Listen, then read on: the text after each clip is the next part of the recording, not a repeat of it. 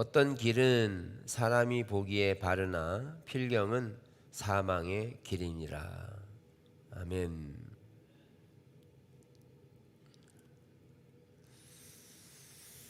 네, 우리가 지금 헨리 블랙카미 목사님이 쓰신 영적 리더십에 대한 부분을 살펴보고 있습니다. 이제 다음 주 리더의 보상 살펴보면 리더십은 다 끝날 것 같습니다. 그래서 영적 리더로 우리가 세워지는 게 선교적인 백성으로 사는 것과 깊은 연관이 있어서 영적 리더 한 사람이 어떻게 세워지느냐에 따라서 조직이 달라지고 주변이 달라지는 것을 볼 수 있어요. 특별히 세 주간에 걸쳐서 영적 리더에게 있어서 실패할 수 있는 또는 함정이라고 하는 영역들을 살펴보고 있어요.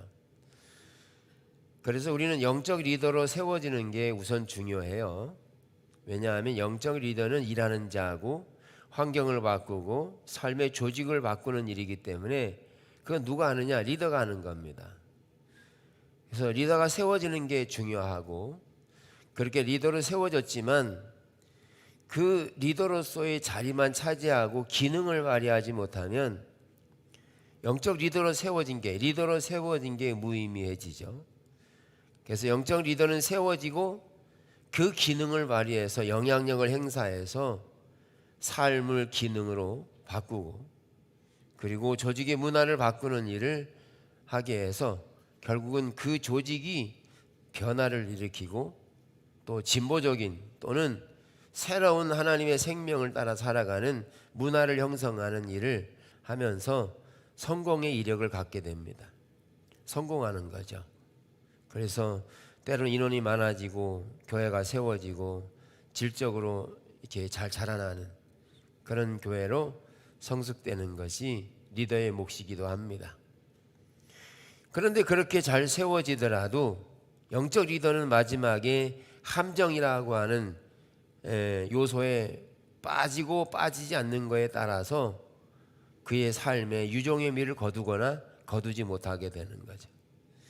아무리 큰 성공적인 이력을 갖더라도 함정이라는 곳에 빠져버리면 지금까지 이루었던 모든 성공의 이력들이 결국 실패라는, 또는 그 많은 사람들에게 영향을 주었던 것들이 고통을 주는 이런 함정에 걸리게 되는 거죠.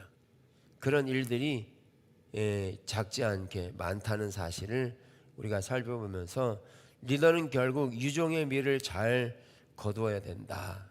그래서 성공의 이력과 더불어서 유종의 미를 잘 거둘 때 그의 리더십에 대한 성공적인 사역이 이루어지는, 이것을 리더십이라고 살펴보는 거죠.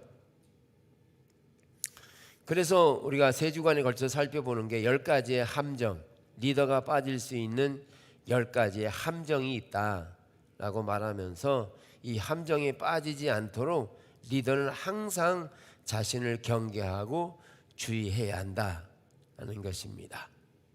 아멘. 그런 점에서 이제 오늘 5가지의 내용을 살펴볼 텐데요. 그 5가지의 내용도 참으로 귀하다라고 할 수 있어요. 6째, 총체적으로는 6째고 오늘로는 첫 번째, 과민성입니다. 과민성은 한마디로 말하면 리더의 자리에 오르게 되면 리더의 자리는 많은 그 따르는 사람들의 비판이 있게 된다는 거죠. 그래서 비판을 소화하지 못하는 사람은 리더십을 넘보지 마라 할 정도로 리더의 자리에 있는 그때부터 사람들의 비판은 시작된다는 것을 볼 수 있어요. 그래서 여러분들이 어떤 직임을 받게 될 때 원하지 않는 비판의 소리를 듣게 되죠. 그랬을 때 그 비판의 소리로 인해서 많은 어려움을 겪게 되는 요인을 가지고 있다라고 할 수 있어요. 그래서 우리는 과민성, 비판에 대한 과민성을 살펴보면서 리더는 결국 사람들을 움직여서 하나님이 원하시는 자리로 옮겨야 되는데 그럴 때마다 비판의 요소는 오게 되는데, 근데 이런 비판이 올 때 그 리더는 어떻게 해야 되겠느냐라는 거죠. 비판이 올 때 저자들은 이렇게 설명합니다. 첫째, 리더는 정직하게 자기 마음을 살펴 비판이 정말 근거 있는지 없는지를 확인해야 한다. 그러니까 비판의 소리를 들을 때 이게 근거가 있는 건지 근거가 없는 건지를 확인해야 한다는 거예요. 그냥 자기 생각에 따라 판단한 건지 아니면 의미가 있는, 다시 말하면 충언인지, 리더를 위해서 이게 좋은 말인지 아니면 개인적인 사견인지 이런 내용들을 분별할 수 있어야 한다는 거죠.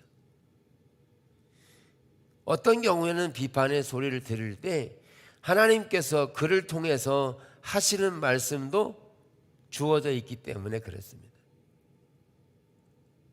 하나님께서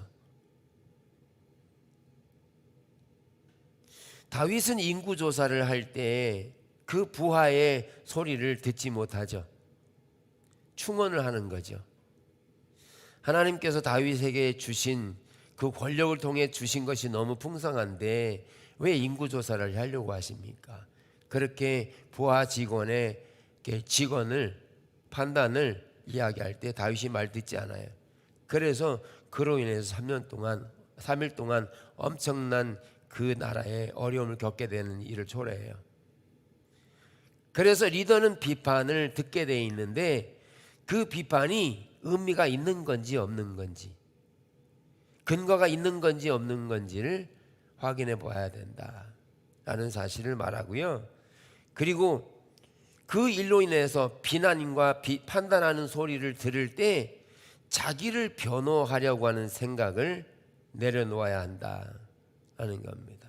더 나아가서 자기가 하는 일이 정직하고 타당하고 보람 있는 의미를 가진 거라 할지라도 그것에 대한 변호를 내려놓는 게 중요하다는 겁니다.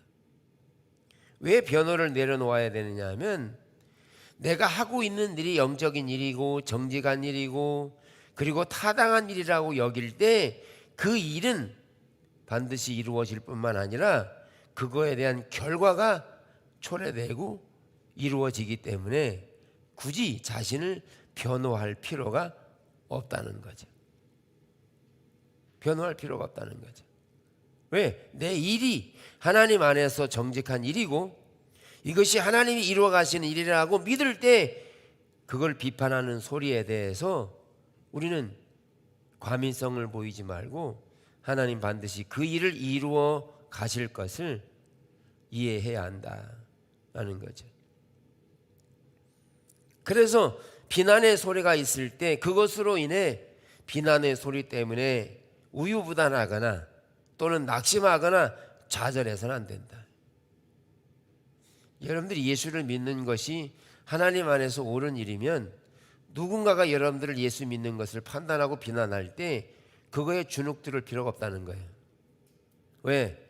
예수 믿는 것이 정직하고 진실하고 확실하다면 하나님이 그의 신앙을 변호해주고 그의 신앙을 확신시켜주고 그를 통해 열매 맺게 해서 그 비판하는 사람들에게 열매를 보여주게 될 거니까 굳이 변호하려 하지 않아도 된다는 거죠.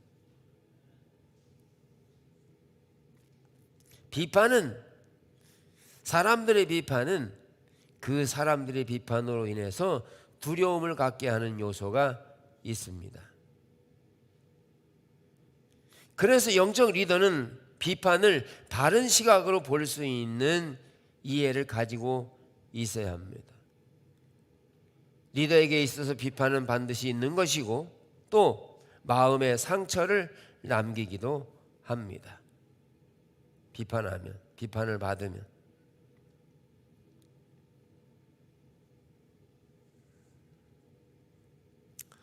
자, 그래서 그런 비난을 당할 때 그가 과민하게 반응하지 말고 하나님의 뜻이 무엇인가? 이 비판이 옳은 것인가 옳지 않은가, 근거가 있는 건지 없는 건지를 확인하고, 그리고 내가 이렇게 가는 길이 틀리지 않았다면 굳이 변호할 필요는 없다. 왜냐하면 하나님이 반드시 증명해 줄 거니까. 7번째, 영적 무기력의 함정. 영적 리더는 행동하는 사람입니다. 다분히 영적 리더의 역할은 일이 되게 하는 게 리더 자리입니다. 리더의 자리는 행동하고, 그리고 그의 역할은 일이 되도록 하게 할 수 있는 영향력을 가진 사람이 리더입니다. 왜냐하면 결국 리더는 무엇인가를 결정하고 그 일을 추진해 나가는 영향력을 가진 사람이기 때문에 결국 리더는 일하는 자입니다. 그런데 이렇게 영적 리더에게 있어서 무력감을 가져다 주는 일이 함정일 수 있다는 거죠. 왜 이게 함정이냐 하면, 그 일을 추진할 때, 그 역할을 감당하게 될 때 그 일에 대한 공격과 반격, 또는 그 일에 대한 상실감, 무가치함, 이런 내용들이 리더를 공격하게 돼 있다는 거예요. 성경에 이런 부분들이 너무 많이 나와 있어요. 네. 예를 들면 가데스 바네아에서 12명의 정탐꾼을 보냈는데 그들이 돌아와서 10명의 사람들이 우리는 못 들어갑니다, 2명의 사람은 갈 수 있습니다, 이렇게 보고를 하잖아요. 그랬을 때 그 10명의 사람들의 보고를 백성들은 받아들여요. 그래서 그들로 인해서 밤새도록 모세를 원망하고 비판합니다, 판단합니다. 그런 비판이 거세게 들어올 때 사실 쉽지 않거든요. 여기에 무력감이 생길 수 있어요. 그런데 여기에 영적 무력감에 빠지는 요인은, 모세는 10명의 사람들의 보고를 듣고 마음이 움직인 게 아니고 2명의 사람들의 보고를 듣고 그 자신의 마음을 지켰어요. 우리가 잘 아는 것처럼 하나님께서 2명의 사람의, 여호수아와 갈렙의 보고를 듣고 하나님께서 그 보고를 한 2명의 사람들을 가나안에 들이시죠. 그런데 여기에 중요한 것은 모세가 그 불평하는 사람들로 인해서 영적 무력감이 생기지 않았다는 거예요. 같이 무력해졌다는 게 아니에요. 모세는 그럼에도 불구하고 하나님께서 그들과 함께 하실 것을 약속합니다. 근데 영적 무력감은 그 있는 부정적인 보고를 한 사람들의 의견에 중점을 두고 그 의견을 따라가기 시작하면 영적 무력감에 빠지게 됨을 말하고 있어요. 그래서 부정적인 보고에 중심을 잡는 게 아니라 리더는 항상 긍정적인 사고에 중심을 가져야 하는 것이죠. 요한복음 15장에서는 나는 포도나무여 너희는 가지라, 그가 내 안에 내가 그 안에 거하면 사람이 열매를 많이 맺나니 나를 떠나서는 너희가 아무것도 할 수 없다. 영적 리더는요, 하나님 없으면 아무것도 할 수 없는 자리입니다. 영적 리더는. 그런데 여기서 아무것도 할 수 없다라고 하는 전제 조건을 이렇게 얘기해요. 그가 내 안에 내가 그 안에 거하면. 이건 뭘 말하냐면, 영적 무력감은 하나님이 아닌 다른 것들에 집중하게 되면 영적 무력감이 온다는 거예요. 그래서 많은 교회 리더들이 주님의 은혜를 입어서 목회를 하는 가운데 많이 열심히 성장하다가 영적 무력감에 빠져요. 왜? 더 이상 사람들의, 성도들의 삶이 변하지 않고, 그리고 침체되고 교회를 떠나고 이런 영향력이 생기면 리더들은 무력감에 생겨요. 왜? 그는 초점을 하나님께 둔 게 아니라 사람에게 두었기 때문에 무력감에 빠져요. 그래서 영적 무력감에 빠지는 요인은 하나님이 아닌 사람에게 환경의 요인을 두기 때문에 영적 무력감에 빠집니다. 그러면 거기에 하나님이 함께 하시는 생명이 전혀 있지 않죠. 그래서 영적 무력감에 빠지지 않기 위해서 해야 되는 일은 뭐냐면 하나님과 개인적인 친밀한 관계를 유지하도록 우리는 하나님과의 시간을 충분히 보내는 게 중요하다. 하나님과 보내는 시간.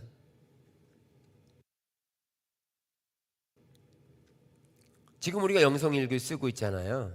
안 쓰시는 분은 쓰시기를 축복하고요. 네, 쓰셔야 합니다.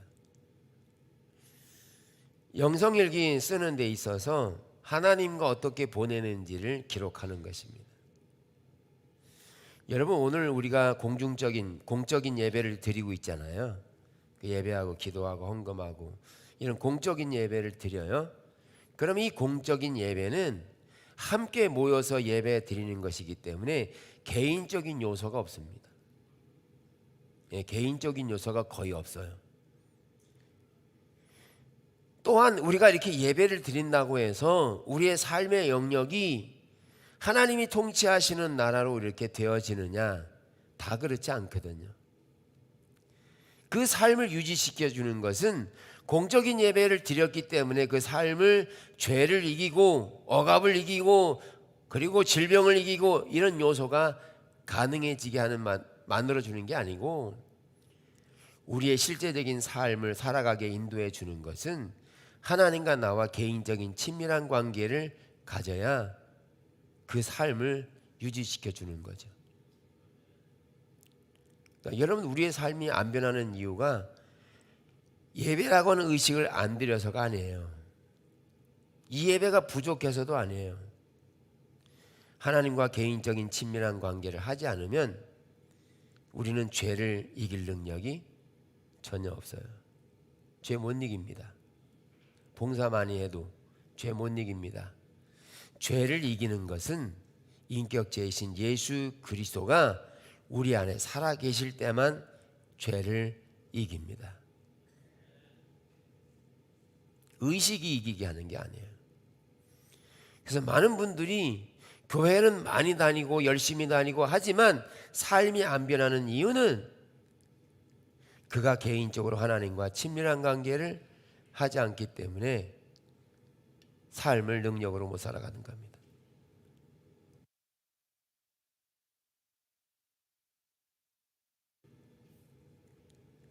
그래서 영적 리더가 이렇게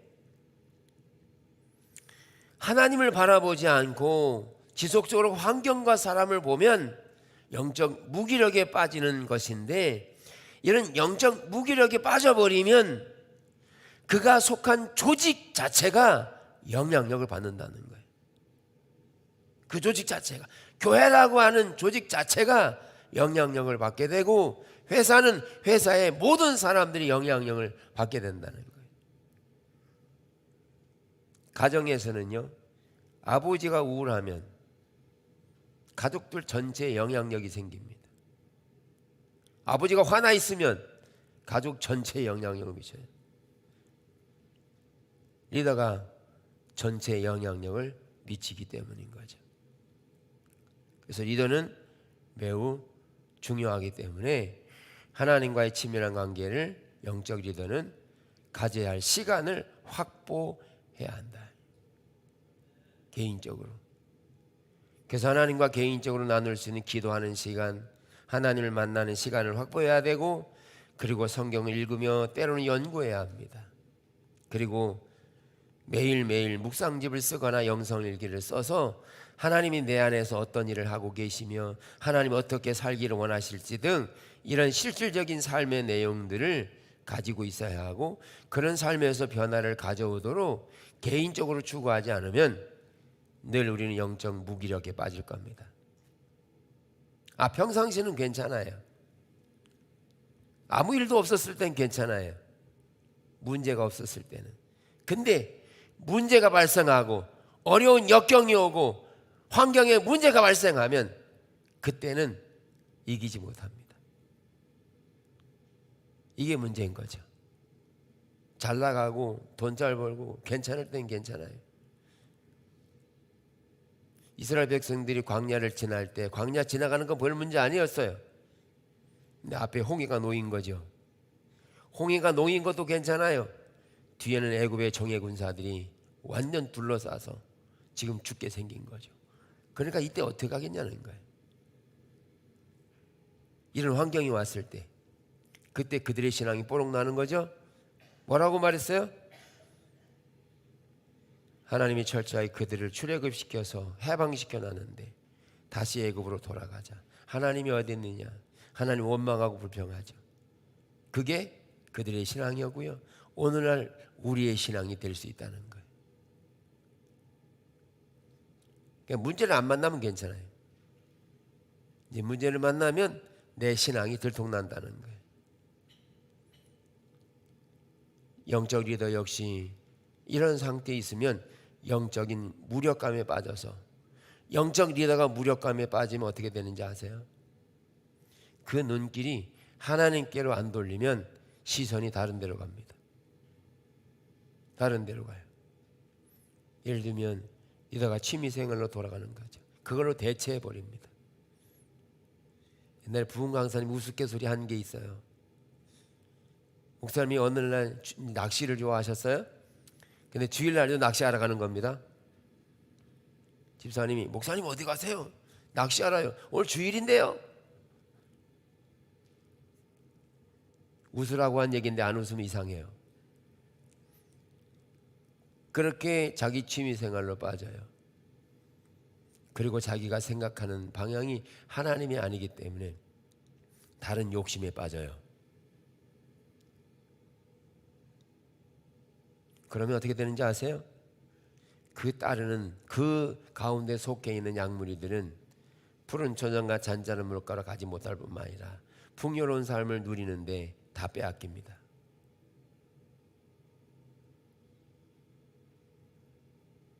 그래서 영적 리더는 무기력한 데 빠지지 않고 날마다 주님과 동행하며 하나님과 친밀한 가운데서 생생하게 하나님이 인도하시는 길을 보며, 리더가 세워진 것은 리더 자신을 위해 세워진 게 아니고 그 약물이들을 푸른 초장과 잔잔한 물가로 열매를 맺는 정도가 아니라 풍성한 열매의 풍요로운 삶을 누리도록 이끌도록 리더는 세워진 겁니다. 그게 안 되면 리더는 아닌 거죠. 그래서 영적 리더는 무기력함에 빠지면 안 됩니다.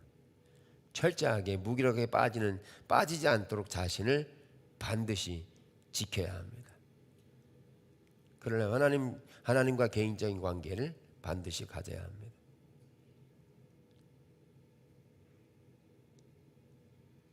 여덟째, 가정 소홀입니다. 좋은 예를 들고 있는데요. 빌리 그레이엄 목사님은 반세기 동안에 부흥의 역사를 일으킨 장본인이거든요. 우리나라도 여의도 집회를 주관하기도 하고 그랬는데 그때 참 많은 사람들이 모여 은혜를 받았죠. 이분이 사역이 너무너무 커졌어요. 때로는 8주 동안 나가서 복음을 전하면서 다니고 그랬거든요. 때로는 2달, 3달. 어느 날은 처형이 와가지고 아기를 데리고 온 거예요. 그러니까 물은 거죠. 이 누구 아기요? 그러니까 빌리 그레이엄 목사님 아기입니다. 자기 아기인 것도 모르는 거죠. 그 정도로 바빴다는 거예요.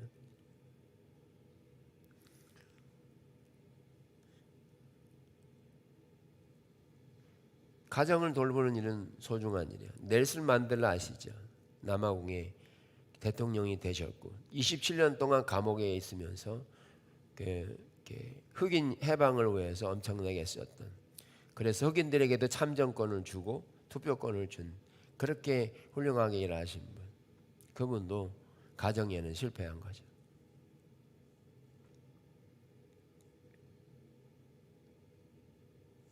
또한 성경에도 보면 엘리의 아들들이 하나님의 길을 따르지 않는 것과 또 사무엘 역시 그의 아들들이 하나님의 길로 쫓지 않는 예를 설명하고 있어요.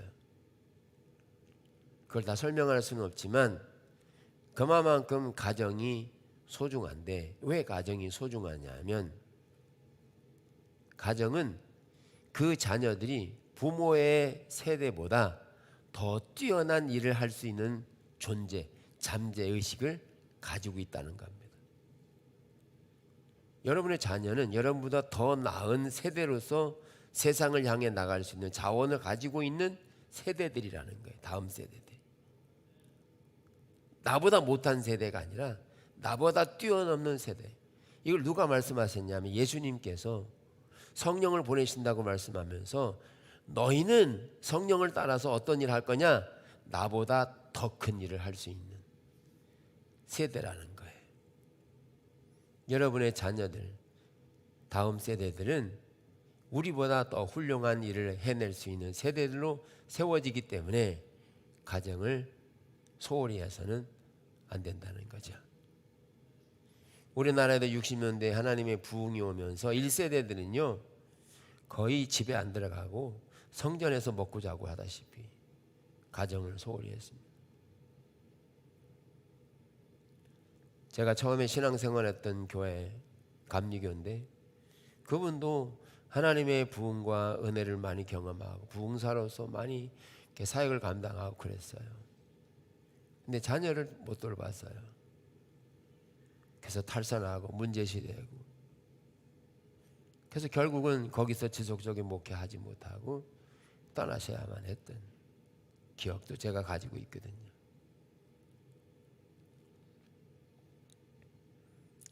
성경은 이렇게 말합니다.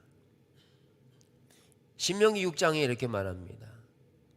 이스라엘아 들으라. 우리 하나님 여호와는 오직 유일한 여호와시니 너는 마음을 다하고 뜻을 다하고 힘을 다하여 내 하나님 여호와를 사랑하라. 오늘 내가 내게 명하는 이 말씀을 너는 마음에 새기고 그 다음에 내 자녀에게 부지런히 가르치며 집에 앉았을 때든지 길을 갈 때든지 누워 있을 때든지 일어날 때든지 이 말씀을 강론하라. 여러분 이거 하려면 어떻게 해야 돼요?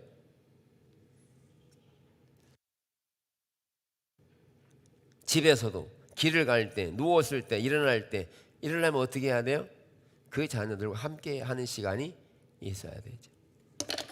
있어야 되죠. 이게 뭘 말하냐면 교제를 말하고 실제적으로 부모는요 자녀들에게 가르칠 수 있는 삶을 살아야 합니다. 삶은 살지 않으면서 말로만 하면 자녀들은 행동의 언어를 보기 때문에 안 따라옵니다. 행동의 언어를 보기 때문에.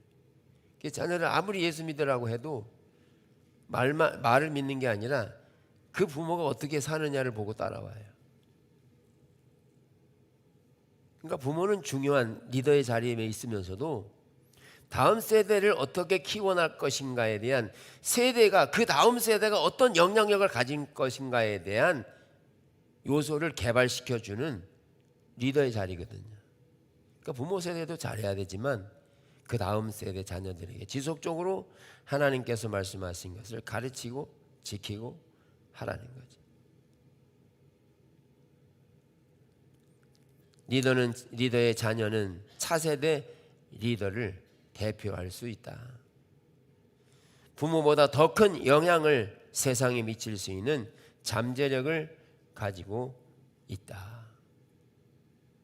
그래서 리더는 가정을 잘 돌봐야 돼. 뭐까지 이야기하냐면 때로는 리더가 출장을 갈 때 가족을 데리고 가라. 그렇게까지 얘기해요.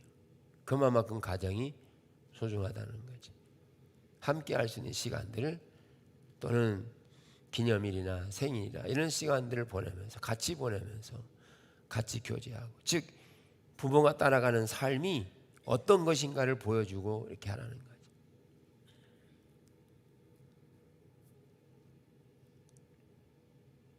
가정을 소홀히 하면 안 되는 거죠. 9번째, 행정부지. 행정부지는 두 가지로 나눌 수 있어요. 행정부지의 행정적인 요인을 두 가지로 설명하면 한 가지는 인사이동, 인사에 대한 거고요. 하나는 문서에 대한 겁니다. 서류에 대한 겁니다. 그 행정에 관해서 인사, 즉 인사권을 가지고 있는 리더는 그 회사나 그 조직이 어떻게 잘 운영될 수 있는가를 인사를 잘 적절하게 갖다가 배치해야 됩니다. 이거는 리더가 하는 역할이거든요. 근데 우리 몸으로 말하면 눈과 귀, 입, 손발 이렇게 다 있잖아요. 근데 각 위치에 그 적재적소에 할 수 있는 역할을 가진 것을 거기다 놓아야 되죠. 근데 그게 바뀌었다. 예를 눈이 발해가 있다. 그러면 이 몸 전체가 어려워질 겁니다. 그래서 그 조직에서 어떤 필요가 어떤 기능이 있는가를 확인하고 그 기능을 어디에 갖다 놓는가의 역할을 하는 게 리더의 행정처리라는 거예요. 그게 인사예요. 인사권이에요. 인사권은요, 목을 자르는 게 인사권이 아니에요. 그게 힘을 가진 게 아니에요.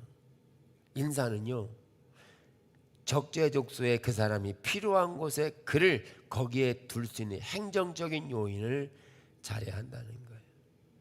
근데 문제는 이걸 잘 모르는 가운데 사람이 있어서 세워놨어요. 그런데 세워놓고 내리기 쉽지 않습니다. 여러분 직장에다가 이제 새로 신입 들어왔는데 끌어내리기 쉬워요? 나가라고 하기 쉬워요? 또 어렵죠. 그래서 리더는 행정에 대한, 특별히 인사에 대한 부분을 잘할 수 있어야 한다는 거예요. 그래야만 조직이 원활하게 잘 돌아갈 수 있도록 만들지, 그게 안 되면 눈이 있어야 할 때 눈이 있어야 되는데 눈이 발해가 있으면 전부 다 고생해. 몸이 전체가 고생하거든요.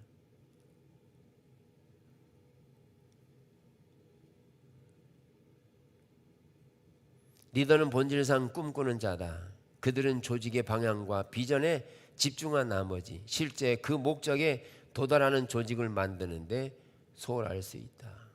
그러니까 비전이 보이는데 그 비전에 도달하려면 그 인사의 요소들이 잘 적재적소에 배치돼서 이루어가야 한다는 거예요.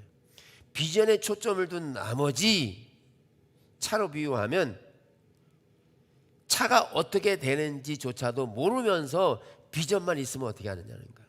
예를 들면 우리가 서울 가야 되는데 차를 타고 가요. 근데 그 비전에만 목적을 삼고 기름 넣는 거 생각 안 한 거죠. 차가 부속이 망가진 거 생각 안 한 거죠. 그러면 아무리 비전이 커도 도달 못 한다는 거예요. 즉 행정의 인사에 대한 부분은 그 필요한 일꾼들이 적재적소에 필요한 대로 이렇게 인사되어 가지고, 그래서 운영될 때 그가 원하는 비전, 그 비전을 갈 수 있다는 거예요. 그러니까 리더는 이 행정에 대한 인사권이 잘해야 되지만 중요하다는 거죠.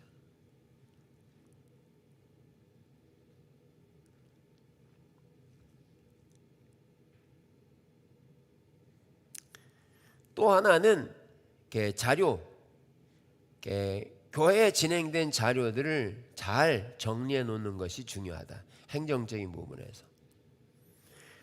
그 자료는 뭘 말하냐면 그 조직의 또한 역사를 말하기도 하거든요. 우리 교회가 가지고 있는 역사, 이렇게 우리가 올해 70년주 되는데 자료가 별로 없습니다. 자료가 별로 없어요. 그러니까 그 조직이 어떻게 흘러왔는지를 모르는 거죠. 그러니까 리더는 한편으로는 자료를 잘 정리해서 필요한 때에 적재적소에 쓸 수 있는 자료들을 빨리 끄집어낼 수 있어야 한다. 근데 그거를 찾는데 2시간, 3시간 걸린다면 얼마나 리더의 시간을 낭비하겠느냐라는 거죠. 네. 그러니까 행정적인 부분이 리더가 부족하면 비서를 세워서라도 행정적인 처리를 잘할 수 있도록, 그런 정리를 잘할 수 있도록 조직을 운영할 수도 그렇게 행정적인 요인들을 잘해야 한다는 거죠. TV에 보면 그 연예인들 수십 년에 전에 했던 내용도 막 끄집어 오잖아요. 그렇죠. 우리 교회에 대한 그런 행정적인 조직들이 잘 이렇게 자료들이 잘 남겨져서 다음 세대가 오더라도 어떻게 진행된 것인가에 대한 부분을 알 수 있도록 해줘야 이 조직이 지속적으로 커갈 수 있다는 거죠.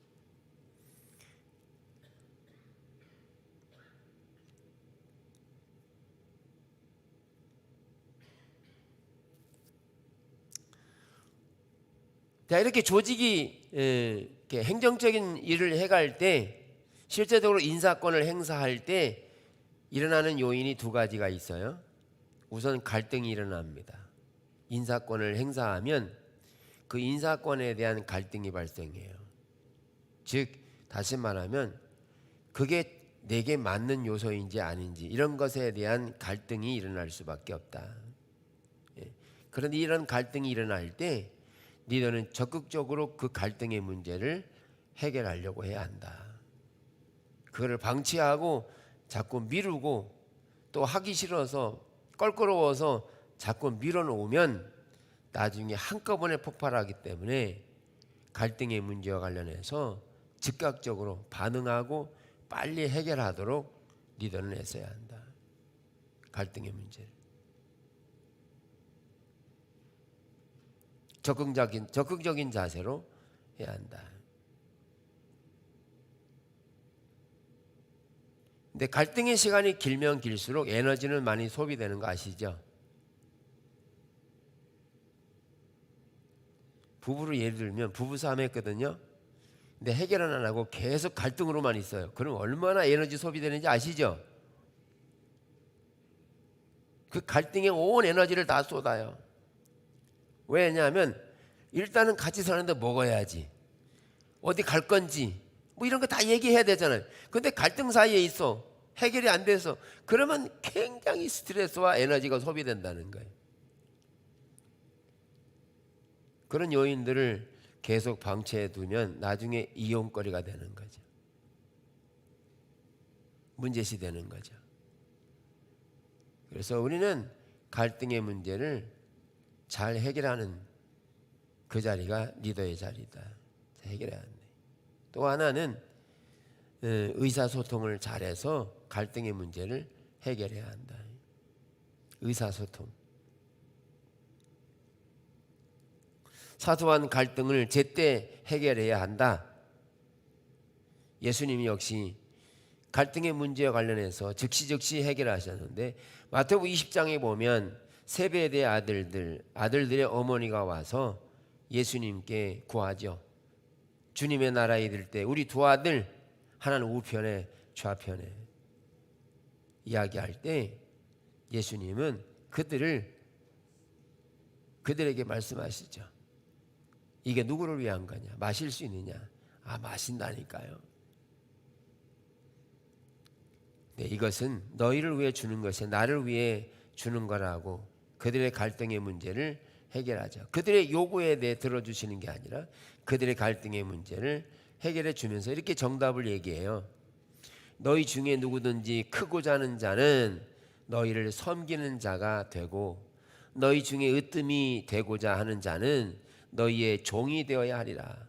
인자가 온 것은 섬김을 받으려 함이 아니라 도리어 섬기려 하고 자기 목숨을 많은 사람의 대속물로 주려 함이라.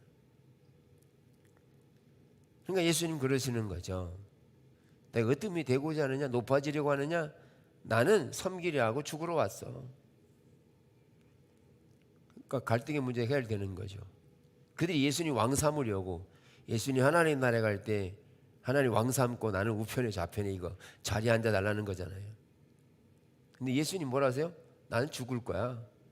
난 섬기러 왔어.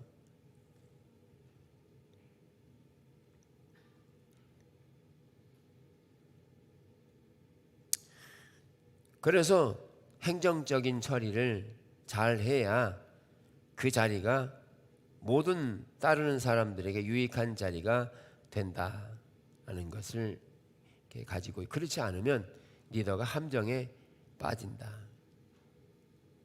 마지막 10번째, 장기 집권이다. 장기 집권. 하나님께서 그 조직에 그 일을 맡기시는 것은 리더를 위해 맡기는 게 아니라 그 조직을 키워나가도록, 하나님께서 임무를 맡기신 거기 때문에 하나님께서 그 조직의 리더로 맡기실 때는 하나님의 주권이 우선 앞서간다는 사실을 기억해야 합니다.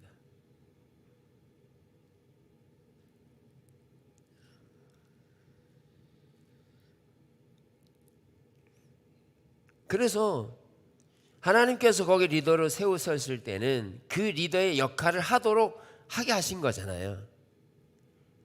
그 리더의 역할을 하게 해서 사람들을 풍요롭게 했잖아요. 성공의 이력을 가졌잖아요. 그런데 하나님께서 그를 더 이상 그 리더의 자리에 두지 않기로 결정했다면 리더는 그 자리에서 떠나야 한다는 거죠. 왜? 다음 세대에게 인계해야 한다는 거죠. 그럼 언제가 떠날 때이냐? 언제 떠나야 되느냐? 영화의 제목처럼 웃을 때 떠나야 되나? 잘 될 때. 그들은 이렇게 표현합니다. 어떤 시점일까? 자신이 떠나야 할 때에 관해 하나님의 지혜를 구하면 하나님이 친히 인도해 주신다. 하나님께서 사무엘에게 그렇게 영광스럽게 놀라운 능력을 행하셨던 그 하나님께서 이제 말하죠. 넌 다 됐어. 엘리사에게 인계해 라고 말할 때 엘리야가 주저하지 않고요, 엘리사를 찾아가서 위임해 줍니다. 즉 영적 리더는 하나님께 기도하면 하나님의 지혜를 주셔서 때를 알게 하신다는 거예요.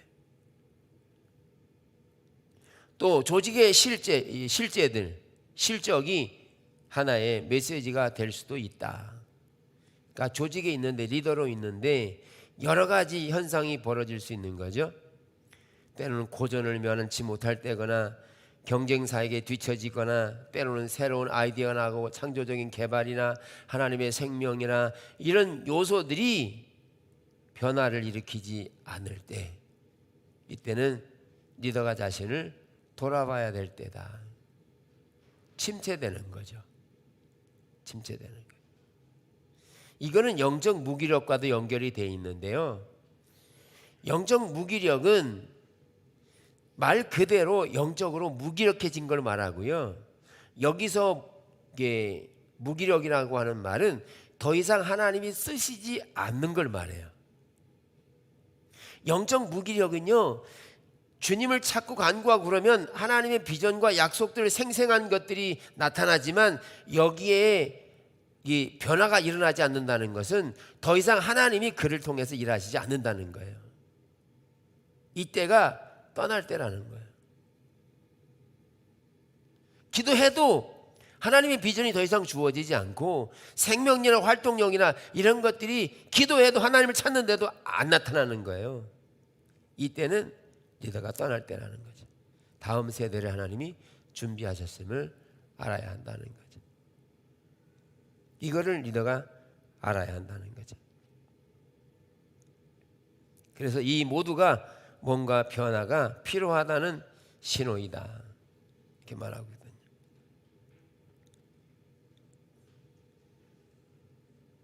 그 리더를 위해 조직이 존재하는 거 아니니까. 그러면서 성경에 장기 집권한 옳지 않은 사례 하나를 소개해요.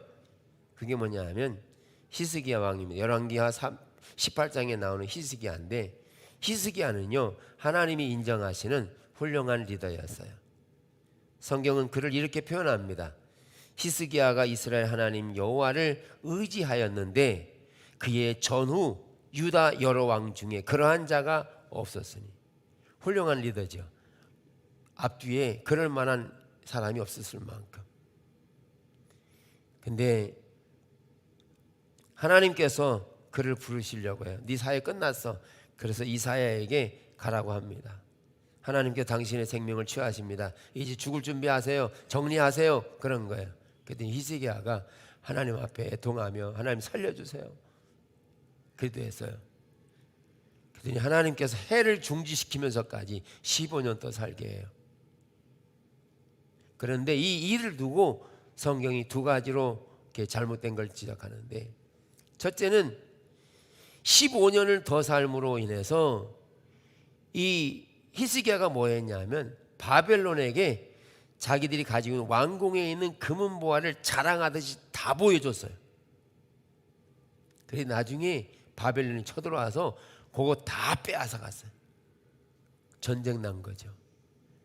그러니까 그 일로 인해서 15년 더 삶으로 인해서 그 전쟁을 통해 백성들은 엄청난 고통을 겪어야 했던 일 한 가지. 또 하나는 그때 므낫세가 났어요. 근데 므낫세는요, 그처럼 악한 왕이 없을 만큼. 그래서 시스기야가 15년 더 살아서 더 삶으로 인해서 나라 뺏기고 금은보화 다 뺏기고 그리고 므낫세 나와서 그 나라가 우상 숭배하는 나라가 되어버린 두 가지 얘기를 해요. 하나님 부르실 때 떠나는 게 제일 좋습니다. 할렐루야. 하나님 부르실 때. 그래야 그 조직이 삽니다. 그래서 리더는 자기가 장기 집권하고자 하는 욕심을 내려놓아야 되고요. 하나님께서 그만하라고 하면 그만해야 합니다. 내일이라도 그만하라고 하면 그만해야 합니다. 네, 이거를 자기 장기 집권으로 또는 자기의 미래의 삶을 준비하기 위해서 장기 집권하면 그건 리더는 아니라는 거죠. 그러면 문제는 뭐냐면 그 안에 있는 그 조직 안에 있는 무리들은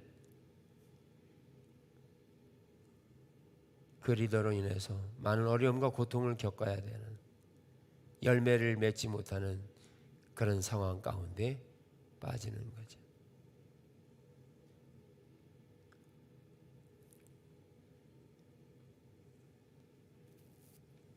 그래서 리더가 빠지는 함정 10가지 중에서 이렇게 5가지 더 살펴보았는데요. 리더는 이런 함정에 빠지기가 아주 매우 쉽습니다. 하나님을 찾지 않으면, 하나님을 구하지 않으면 이런 함정에 빠지는 정도가 아니라 그 함정에 빠짐으로 인해서 조직 전체가 무너지게 되고 그리고 살찌지 못하고 풍요로움을 누리지 못하는 그런 피해를 가져다 주는 자리가 리더십의 자리라는 거예요. 중요한 자리이기도 하지만 그 역할을 잘해야 되는 자리가 리더십의 자리인 거죠. 그래서 주님은 선생이 되기를 조심하라 그러죠. 사랑하는 성도 여러분, 우리는 모두 영적 리더입니다.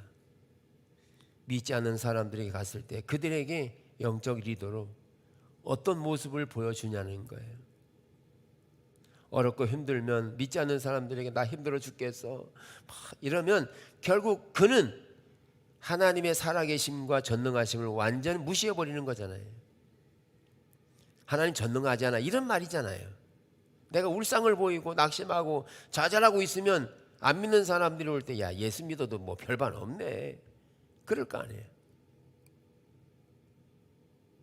그러나 여러분들 그런 환경 속에서도 살아계신 하나님을 신뢰하고 하나님의 살아계심을 믿고 신뢰하는 정도가 아니라 그런 삶을 살아갈 때 사람들에게 영향력을 주고 그들에게 빛을 주고 소망을 주고 그의 삶과 환경과 문화를 바꿔버리는 이런 위대한 리더로 자리 잡는 게 우리 그리스도인들의 몫인 것을 기억하셔야 합니다. 그래야 세상이 바뀝니다. 구원해 건다고 핏게 든다고 해서 세상이 바뀌는 게 아니에요. 오늘날 우리나라가 동서로 나뉘어져서 네가 잘했느니 못했느니 그래서 바뀌는 거 아니에요. 우리가 그리스도인으로 살아갈 때 세상은 바뀝니다. 그렇게 해서 바꾸는 거예요.